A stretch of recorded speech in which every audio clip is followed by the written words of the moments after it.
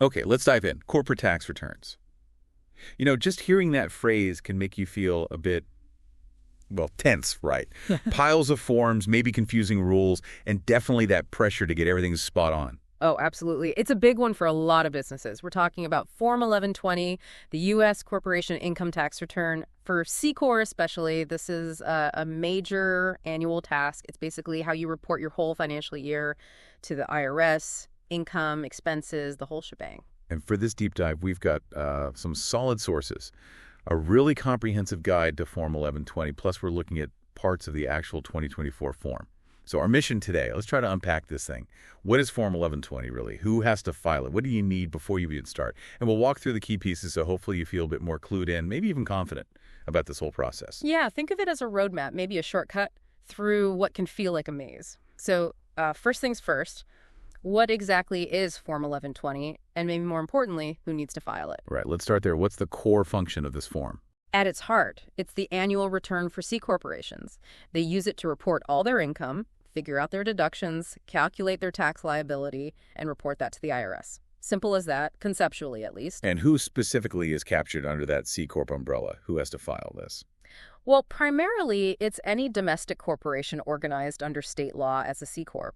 But the sources also point out it includes entities that choose to be taxed like a C Corp. Think LLCs, limited liability companies. Okay, so an LLC isn't automatically filing this, but they can elect to, probably Yeah. using another form like what? Form 883D2, and then they're on the hook for Form 1120 each year. Exactly right. That election changes their tax status, making Form 1120 their annual requirement.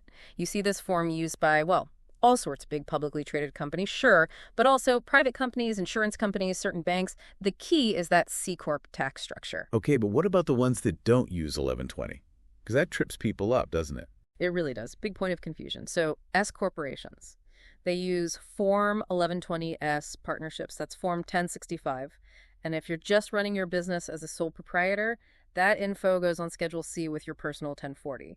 Form 1120 is very specifically for C Corp, or those LLCs electing C Corp status. Gotcha. And the sources, they really hammer home why getting this right is so critical. It's not optional. No, definitely not. It's a legal requirement, plain and simple. Filing correctly is, well, essential for accurately reporting everything: income, gains, losses, deductions, credits, and let's be honest, it's how you avoid potentially hefty penalties from the IRS. Okay, so you've confirmed you're a C Corp or an LLC taxed as one. You know 1120 is your form. What about getting ready? Before you even look at page one, what prep work do the sources say is essential? It's really about getting your financial house in order first. Step one, you need to know your accounting method. Are you on cash basis? Accrual, maybe a hybrid. For corporations, accrual is generally the most common one you see. Right, consistency matters there. Then step two sounds like gather everything, all the paperwork. Precisely. Your tax returns from last year are a good starting point. You need your core financial statements, income statement, balance sheet, and all the detailed backup like depreciation schedules for your assets. So you're basically pulling together the whole story of your financial year, getting it ready for translation onto the tax form. Which leads straight into step three. Calculate your key figures from your books. Your gross receipts, your cost of goods sold, or COGS, and all your operating expenses. These are the fundamental numbers. And step four, that feels like where the strategy comes in identifying deductions and credits. It is. This is where you need to be proactive. Look at all the standard corporate write-offs. Are there tax credits you might qualify for? Maybe the R&D credit? The goal here is to legally minimize what you owe. Okay, let's drill down a bit. What specific documents do you need for some of those really key sections on the form? The sources break it down. For your income section, you absolutely need a solid profit and loss, or P&L, statement. And that requires having records of all your revenue and all your expenses. No guessing. Right. And for a big deduction line item like compensation of officers. For that, you need the specifics. W-2s for officers paid as employees, maybe 1099s if they're treated differently, payroll reports, and clear documentation for any non-wage compensation like benefits or perks. It sounds like the detail required is pretty intense. You can't just estimate. Definitely not. And that applies to all your other deductions too. Equipment, supplies, business travel, rent, utilities. You need receipts, you need records.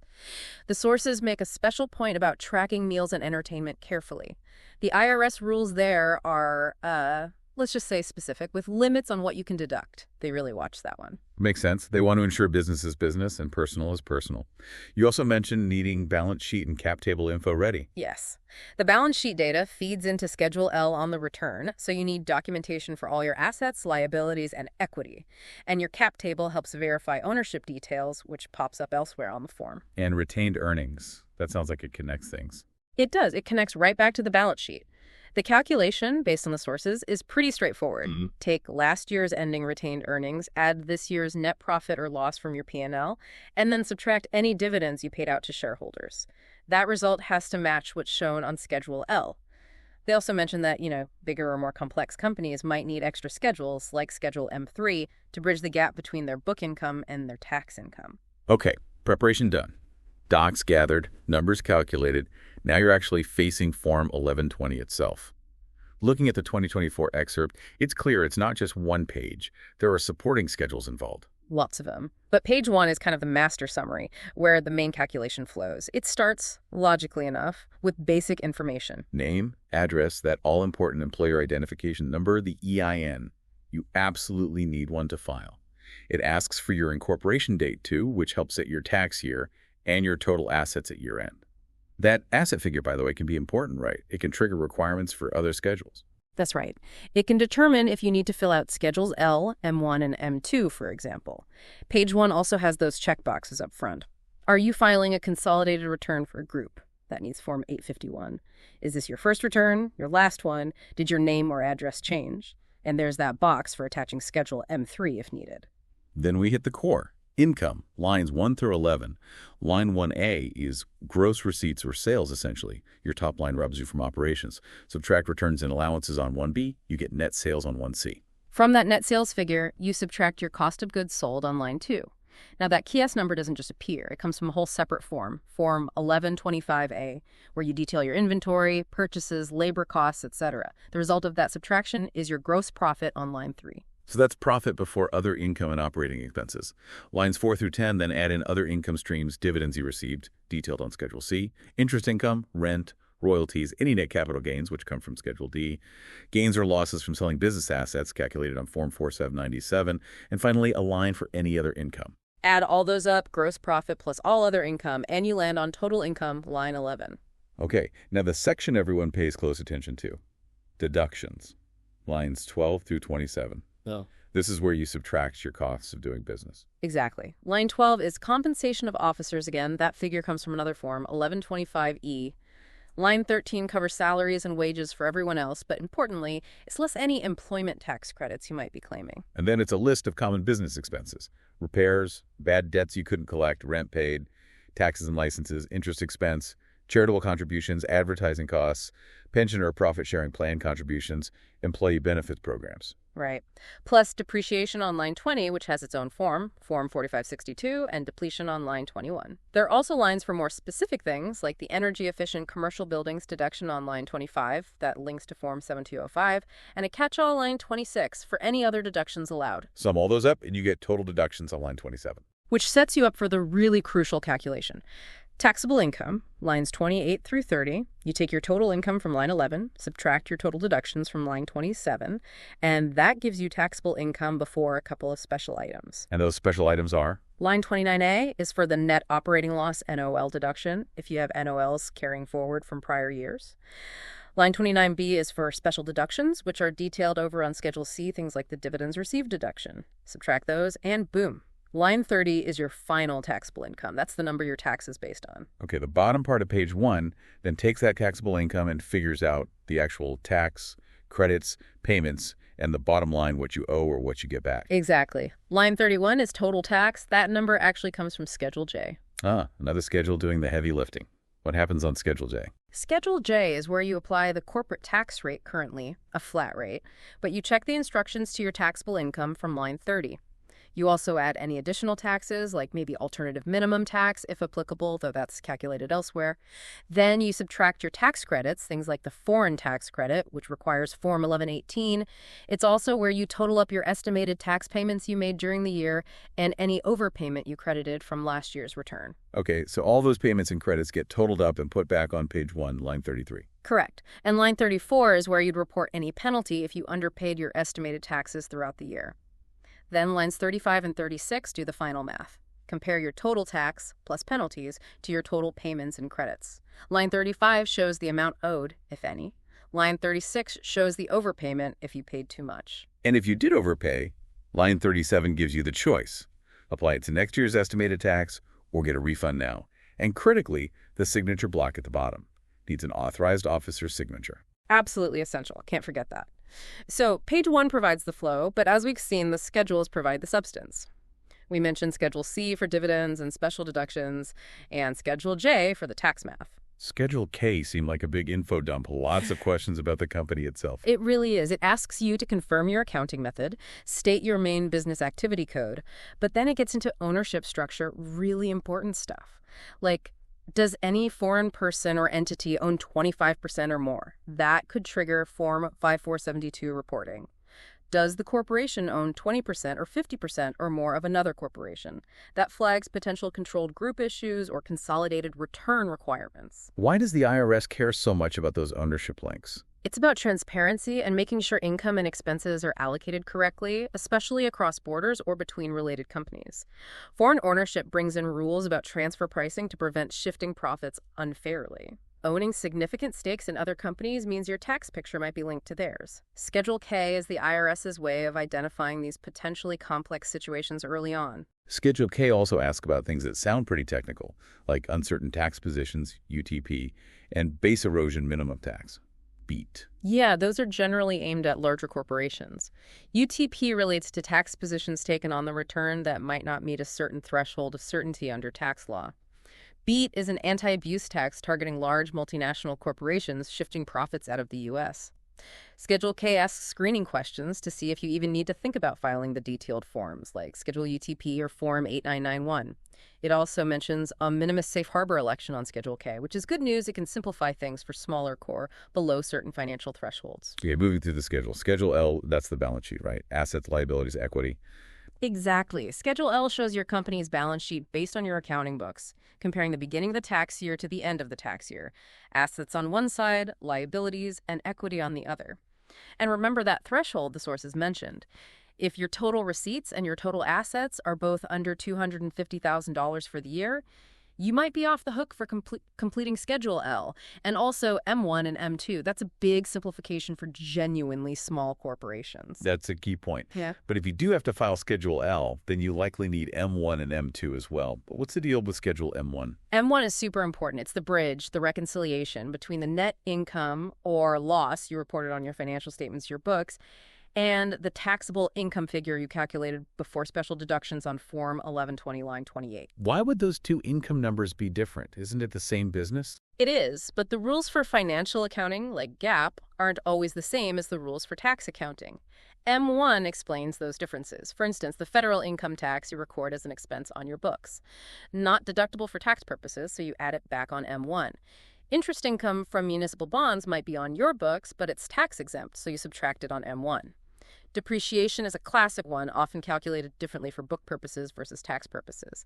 M1 shows the adjustments. Ah, okay. So it's basically showing the IRS, here's why our book profit doesn't perfectly match our taxable income. Got it. What about Schedule M2 then? Schedule M2 focuses specifically on the unappropriated retained earnings account on your balance sheet per your books. It tracks the changes during the year. You start with the beginning balance, which should match last year's ending balance on Schedule L. Add your net income or subtract net loss from your books for the current year. Subtract any distributions made to shareholders, cash dividends, property distributions, stock dividends, and account for any other miscellaneous increases or decreases.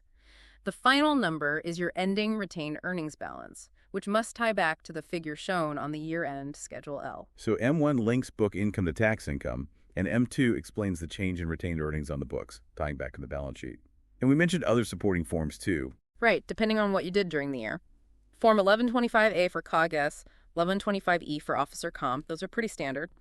But you might need others, like Form 851 if you're filing a consolidated return, or Form 5472 for that foreign ownership reporting. And interestingly, the source material did list Schedule K1 under required schedules, mentioning it reports a shareholder's share of income deductions. Now, that's typically associated with S-Corp or partnerships, less common for C-Corp where dividends are the main distribution method, but the source included it, so we mention it. Okay, let's circle back to the main goal, calculating that final tax number. Can you quickly recap the flow? Sure. You start with your gross revenue, line 1, subtract cost of goods sold, line 2, detailed on 1125A. Subtract all your allowable operating expenses and deductions, lines 1226, including things like officer comp from 1125E, depreciation from 42562, etc.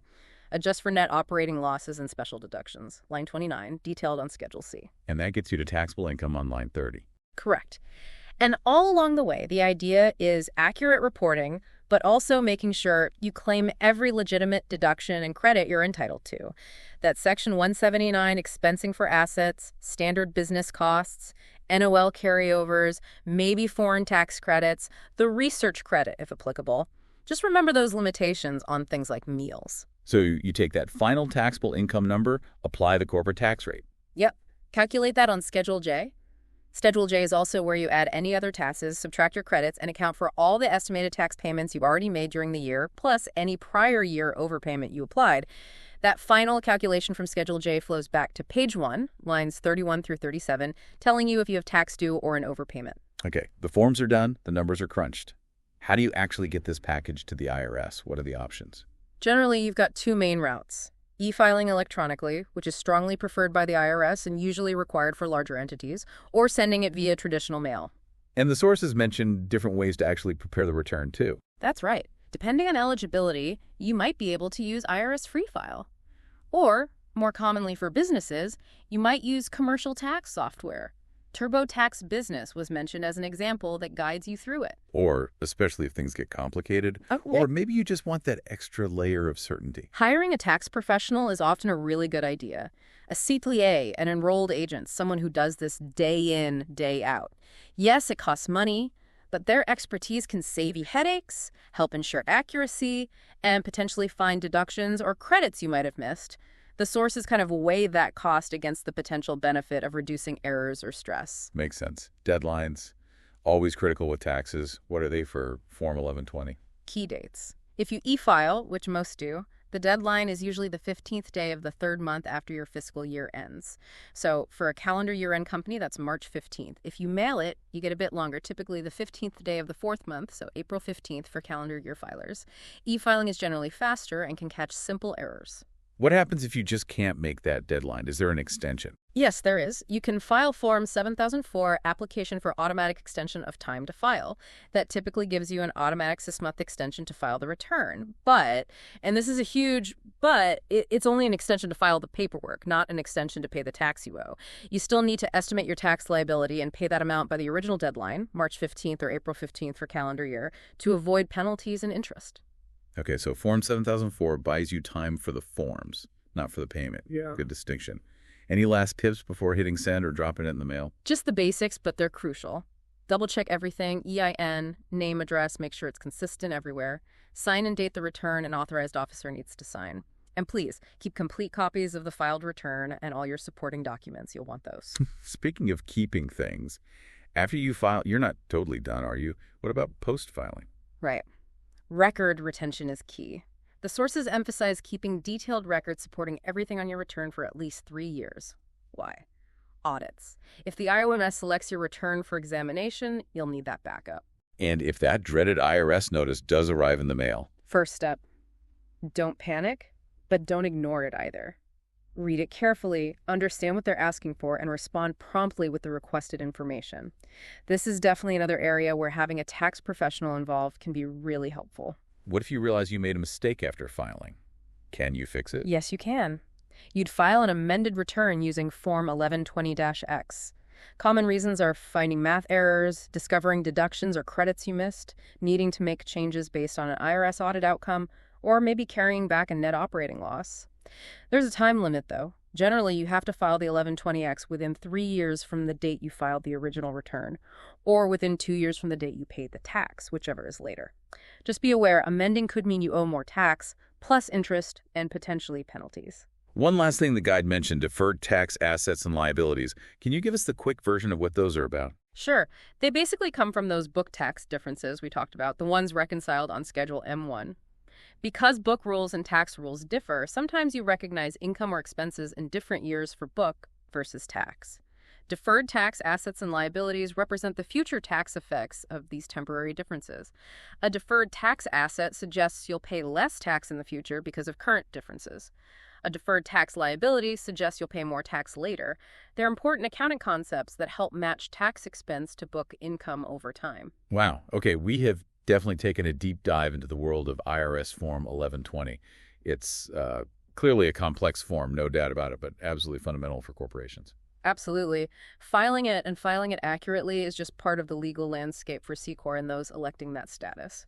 And that preparation phase we talked about, getting all your financial data organized, that's really the bedrock. Yeah, and while it looks intimidating, understanding the flow of page one and what those key schedules like J for tax, L for balance sheet, M1 and M2 for reconciliation, K for company details are actually doing, it does make it seem less like a black box. And remember, there's help available, whether it's software or hiring a pro, but just taking it piece by piece, understanding what each section asks for, really does make it more manageable. It definitely feels less overwhelming broken down like that. Yeah. You see how the numbers flow from one section to the next, from the schedules to the main form? You know, when you step back and think about the level of detail required here, tracking every expense category, documenting officer pay, reporting intricate ownership structures, reconciling book accounting versus tax accounting. Yeah, it paints a picture of just how much information the IRS needs to really understand a corporation's financial activities. It really does. So here's something to chew on. Given the intricate detail required by Form 1120, tracking everything from meals and entertainment to foreign ownership and book tax differences, what does this level of tax reporting tell us about the sheer complexity of corporate operations and their footprint in the economy?